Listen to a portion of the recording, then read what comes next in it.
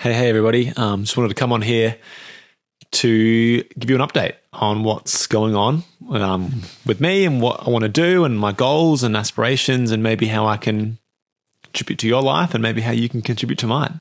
First of all, I've just finished my degree.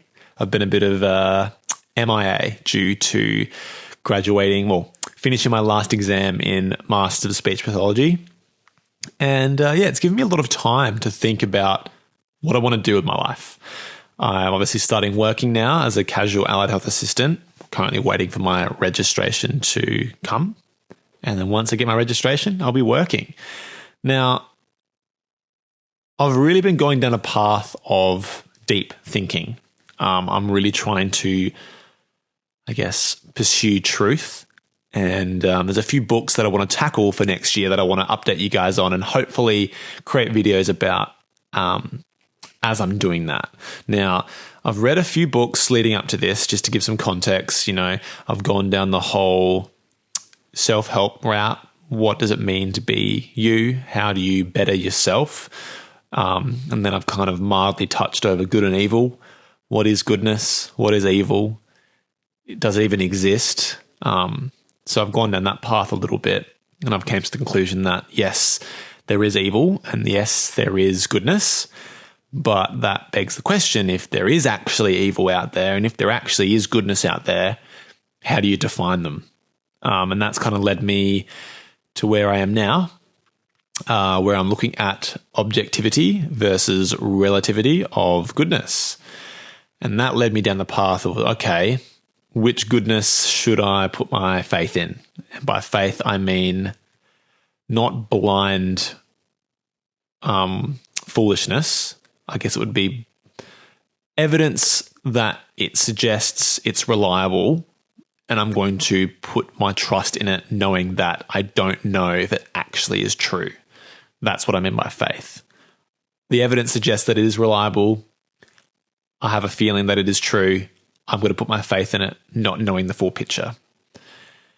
And that's led me down a path of theology, of apologetics. I was raised in a Christian household with Christian values, and then I would challenge those.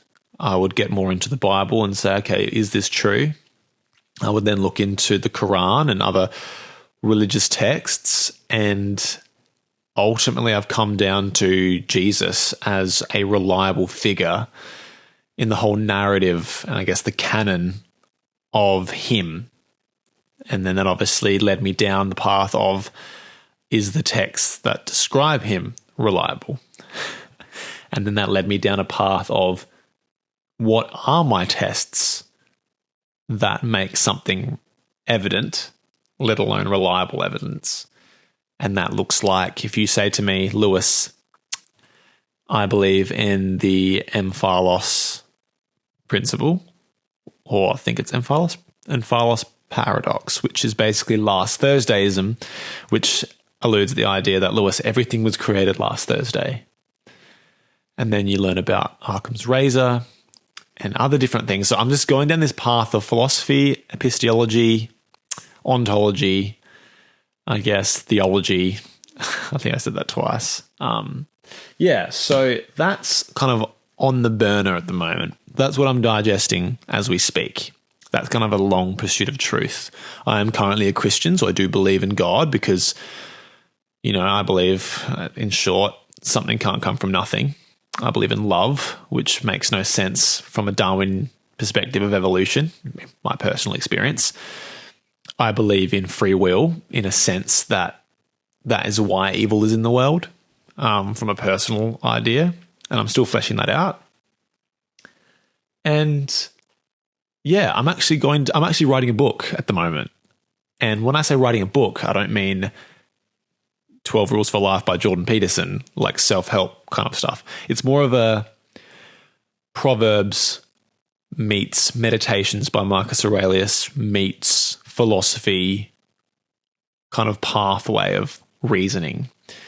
Now, I won't give too much details, but it's basically a developmental progress of reasoning.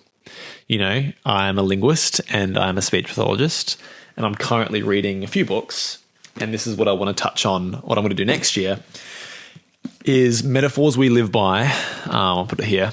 By George Lakoff and Mark Johnson. I love linguistics. I believe language is the foundation of truth. You know, in the beginning, God spoke, let there be light with his words, which is quite powerful. And it talks about what is language from a metaphorical sense, which basically metaphors entail all language. That's all language is. And I can go into detail later, but I'm reading that. I'm also going to tackle, I haven't read this yet. I read the introduction, which was hard enough. Critique of Pure Reason by Immanuel Kant, which basically talks about transcendental idealism as a third way to talk about reason rather than utilitarianism. Is it utilitarianism? No, rationalism and empiricism. So basically it juxtaposes knowledge is the base of reason versus experience is the base of reason, and both of them have their flaws. And transcendental idealism is a third way to approach the rational mind, and he critiques it. And I'm going to digest that next year. Now, this is probably going to be a 5-year journey because, you know, in the foreword it talks about that the person that was reading it couldn't get past page 2 of his book, but he could read past it, but he literally mentally could not digest past page 2, which I feel like I love these kind of projects where you chew on meaning of life questions, but kind of skewed at a different perspective. So yeah, I'm reading that. I've nearly finished a book called Spiritual Intelligence, and it talks about the kind of more of the supernatural side of, I guess, the identity in Christ, what that means. And then I'm going to juxtapose that with a few other ideas, and I'm going to try and synthesize those into kind of this developmental path of reasoning, which, you know, I don't know what I don't know. And I guess that's the whole point. Anyway, so that's kind of what the path I'm going to be taking next year. And I want to take you along the journey. You know, I've got Fridays off, and I'm going to be interviewing people on the streets. Well, I have been doing that. I haven't been recording it, just to get some perspective of people's definitions of goodness and rational mind. But I've come to notice that not many people actually care or even want to dispense with the idea of truth, objectivity, moral relativity. They don't even want to come to the conclusion that there might be a truth, which scares me because I want to pursue that. But the average person, the average layman does not want to. So it kind of like, I feel like I'm going out in the streets asking people, like, do you believe in an afterlife? And they say yes. And then I say, great, how do you get there? And they say, being a good person. And then I say, okay, tell me what defines good. Like, I'm on that path, please. And they can't. As soon as I say, well, Hitler thought he was good, they don't even want to wrestle with the idea of truth, objectively speaking, if there is one, because if there is one, they know that they have to try and orientate themselves towards that.